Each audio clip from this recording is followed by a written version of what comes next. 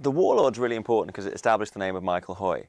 And it really brought a sea change in terms of the language of Hong Kong film. And I don't mean like in cinematic language, but I mean literally in the language of the actors were using on screen. Because prior to that, Mandarin films were all the rage, and it was perceived that Mandarin films were somehow more artistic, that Mandarin was a poetic language. Politically, Mandarin was the better language to use. And then when the Hoy brothers came in, Michael Hoy was the first of them to really make his name. He came in, he was doing Cantonese comedy. And there was that movie in House of 72 Tenants that really were films delivered in the language of their audience, the primary language of the audience, which was Cantonese.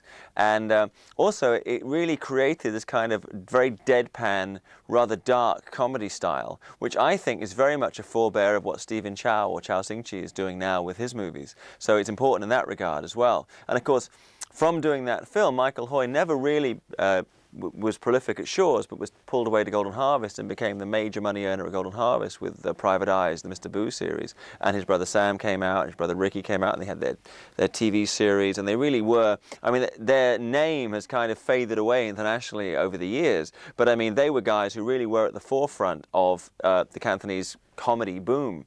And I remember there was a trailer for Jackie Chan's movie Young Master, and it came out and said, here's the new star. They had Bruce Lee, and then Michael Hoy came on the screen, like saying and showing these are our big money makers, and here's Jackie Chan. He's going to be a big money maker as well. So Michael Hoy was at that level. And this is the film that kind of brought him into to center stage. So I think it's an important film for that reason. And also because it was banned in Taiwan, which is, I mean, it's unusual. I mean, the various Hong Kong films are banned in Taiwan. That was one of the movies that was banned in Taiwan. I understand because it was in some way felt the title might allude to the famous warlord Chiang Kai-shek. So it was banned. Of course, Chiang Kai-shek is very much respected both in China and in Taiwan. So it's an important film for those reasons.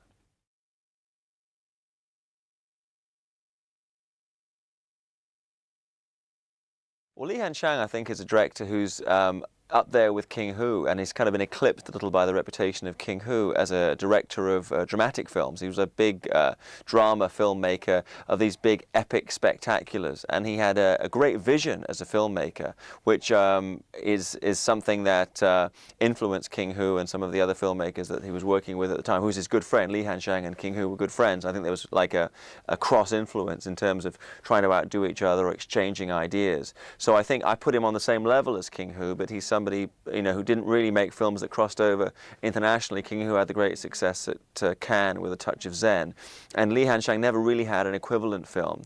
And Li Han-shang actually is another interesting footnote to history because he directed a film called The Golden Lotus, which was one of those kind of period films, softcore, sexy movies from Shaw's, with a young Jackie Chan in a leading role. And that was actually, I think, Jackie's first leading role. It's kind of been swept under the carpet, partly because as it was a Shaw's film, it hadn't been seen for a long time. And secondly, I rather suspect Jackie was a little bit embarrassed, you know, after he came out as Mr.